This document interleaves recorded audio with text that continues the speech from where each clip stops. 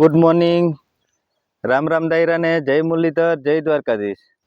હવે આજે આપણે ઉઠી અને અમે અને આસ્થા બે ખેતરમાં આવ્યા છીએ. આસ્થા આપણે ભેગી જ હોય.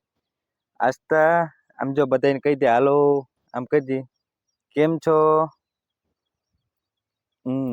આસ્થા હે ને એમ તો શરમાઈ જાય, કોઈ સામે વાત ના કરે ઘડીકમાં, અને એમાંય વિડીયો ચાલુ હોય એટલે તો હાવ પૂરું જોવે જ નહીં.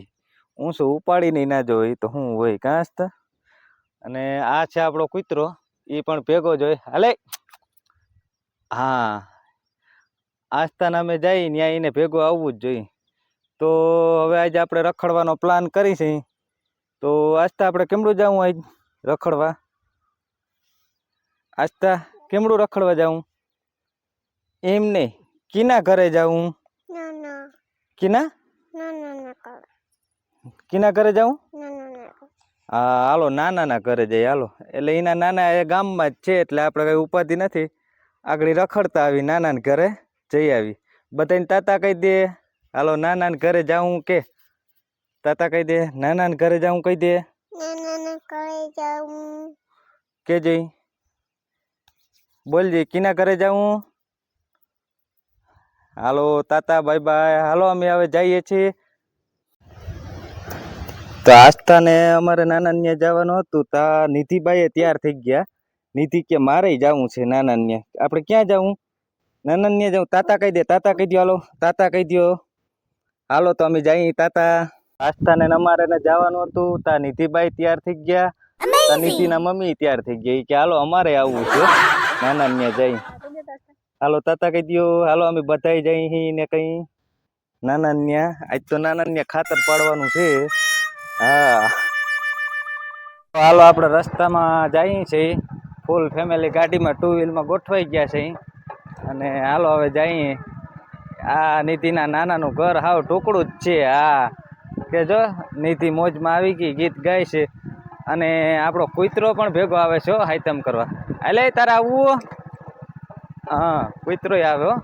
હાલ હાલ એ કે હાલો તમે બધા દાયરો જાઓ હો તો હું શું કામ ના આવું ભેગો હાઈતમ કરવા. હાલો કૂતરો આવે છે ભેગો હાઈતમ કરવા.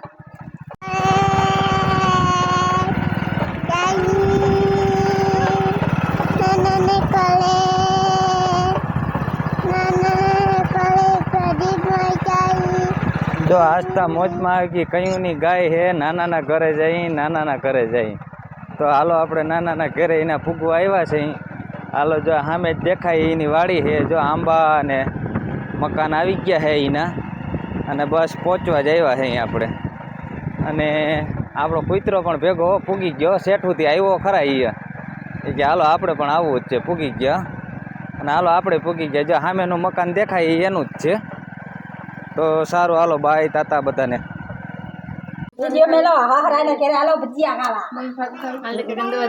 આસ્થા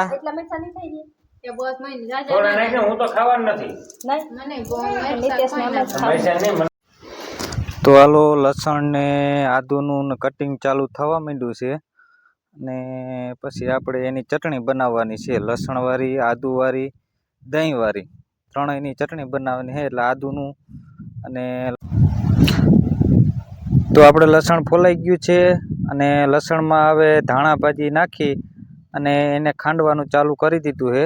જેથી લસણ હારે ધાણા ભાજી મિક્સ થઈ જાય બરોબર. અને આ બધા મસાલા છે એ મસાલાનો ઉપયોગ એમાં કરવાનો છે. આ દહીં છે. દહીંમાં આપણે જે થોડીક હળદર નાખી, થોડોક મસાલો નાખ્યો ગરમ મસાલો. અને આ આપણે લસણ ભેગી જે લસણ ફોલ્યું હતું એમાં આપણે ધાણા ભાજીનું ક્રચ કરીએ છીએ. જુઓ નજીકથી જુઓ કેટલું મસ્ત લાગે છે. એમ થાય કે આ ચટણી લગભગ જોરદાર જ બનવાની છે. તો ચાલો હવે આનું પીસવાનું કામ ચાલુ કરીએ લસણનું. અને ચટણી બને ત્યાં સુધી થોડીક વાટ જોઈ. અને આ મિક્સ કરી દીધું છે. હવે જો એમાં નાખી અને આખરી દહીંવાળી ચટણી મસ્તની, આદુવાળી, લસણવાળી ચટણી મસ્ત બને. જો લાઇટ વહી ગઈ એટલે આપણે મોબાઈલની ફ્લેશ લાઇટ ચાલુ કરી દીધી છે. અંધારું હોય તો મજા ના આવે. તો આપણે ચણાનો લોટ પણ સાથે આવી ગયો છે. અને આ ચટણી દહીંવાળી તૈયાર થઈ ગઈ છે. હવે બસ ભજીયા બનાવવાના છે. હવે ઓલી ચટણી પણ મિક્સ કરી. જો વધારે તીખું ખાવું હોય તો આ દહીંમાં ચટણી નાખી દો એટલે વધારે થોડુંક તીખું થઈ જાય. એટલે થોડોક સ્વાદ સારો આવે. જેટલું તીખું હોય એટલું ચોમાસાનું તો તીખી વસ્તુ સારું. થોડુંક હવે નમક નાખી દઈએ. નમક નાખી અને કમ્પ્લીટ હવે લસણવાળી ચટણી થઈ ગઈ. આસ્થા પણ આવી છે એ જોવા. એ કે હાલો મારે પણ જોવું છે કેવી રીતે તમે બનાવો. એ લીંબુ ખાતી હતી અને કે હાલો હું પણ જોઈ લઉં કેવી રીતે રસોઈ બનાવે છે બધા. આ એના મમ્મી છે.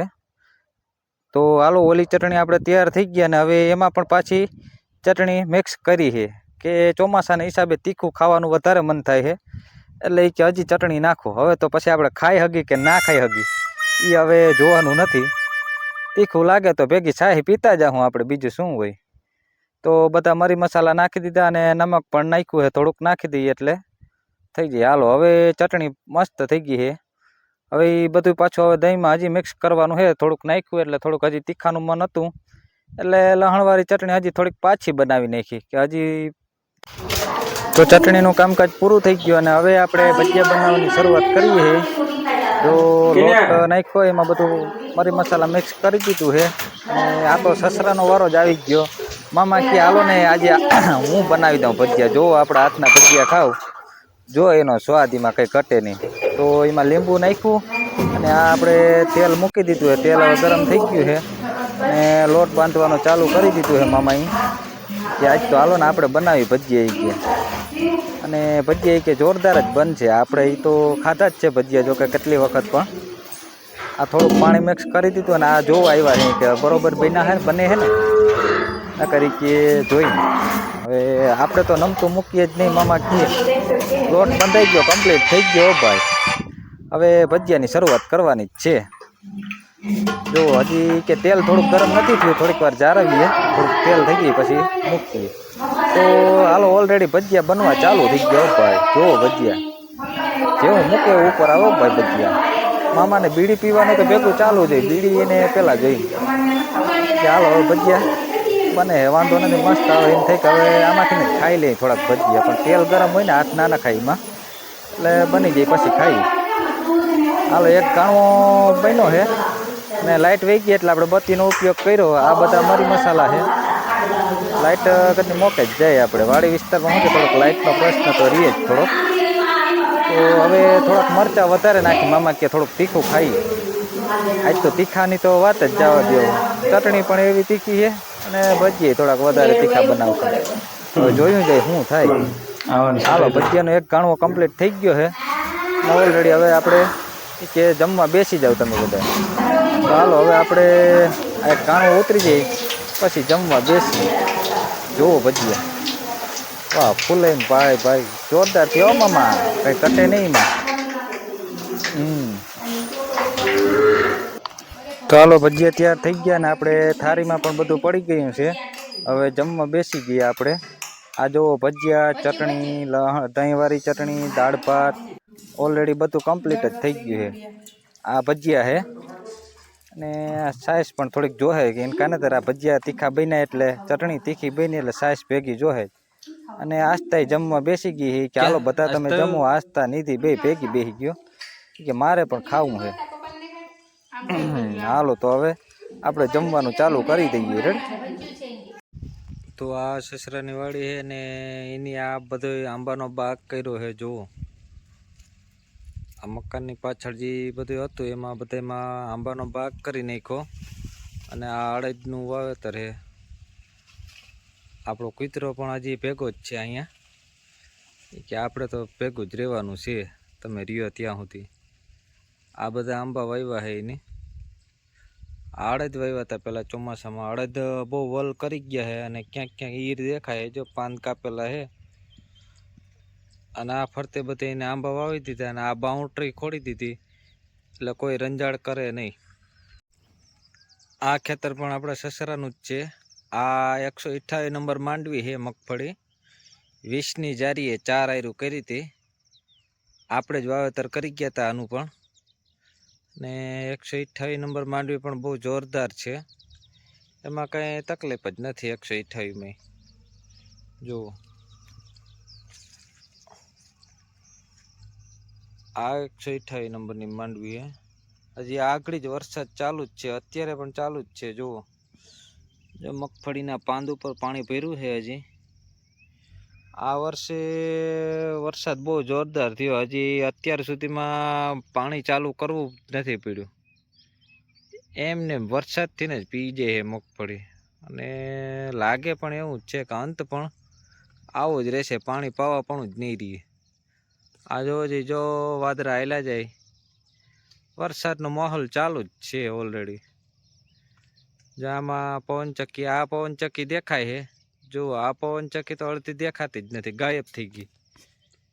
વાદળા એટલા નીચે હાલે છે ને, જો પવનચક્કી જ નથી દેખાતી. દેખાય અડધી, દેખાય અડધી નથી દેખાતી.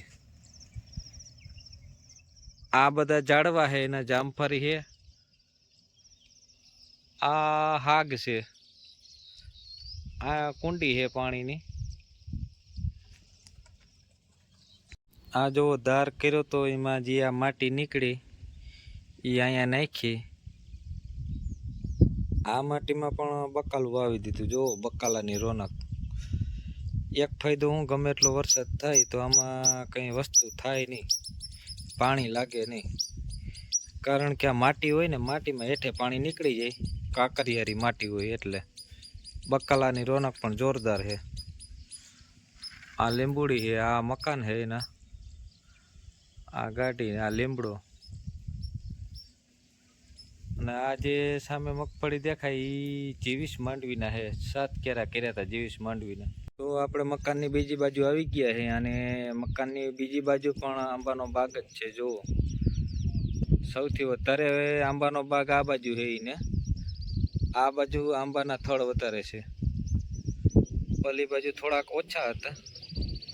જો આ આંબા વાવ્યા તેદુનો વરસાદ ચાલુ છે. વરસાદને હિસાબે આંબા પણ એવા ચોટી ગયા, વગર પાણીએ માંડ્યા કોર મૂકવા. આંબાને આવો માહોલ હોય તો બહુ સારું રહે. અને આ બાજુ પણ આંબામાં ફિનિશિંગ મારી દીધું છે, જેથી કરી અને કોઈ કેરીયું સોરવા ના આવે. જોકે જનાવર નુકસાની ના કરે. વન્ય પ્રાણી હોય ને કોઈ, રોજ કે લીલ કે એવા માટે ફિનિશિંગ કર્યું. બાકી આપણે તો આવવું હોય તો કેરીયું તો એ હોય તો એ લઈ જઈએ આપણે તો. અને આ સીતાફળી અને જામફળીના પણ ઝાડ લઈ આવ્યા છે. એ ફરતે બાઉન્ડ્રીમાં મારવાના છે. એને અડધા મારી દીધા છે અને અડધા હવે થોડાક બાકી રહી ગયા. એ હવે કે વરસાદ બંધ થાય ને પછી વાવી દઈએ એને.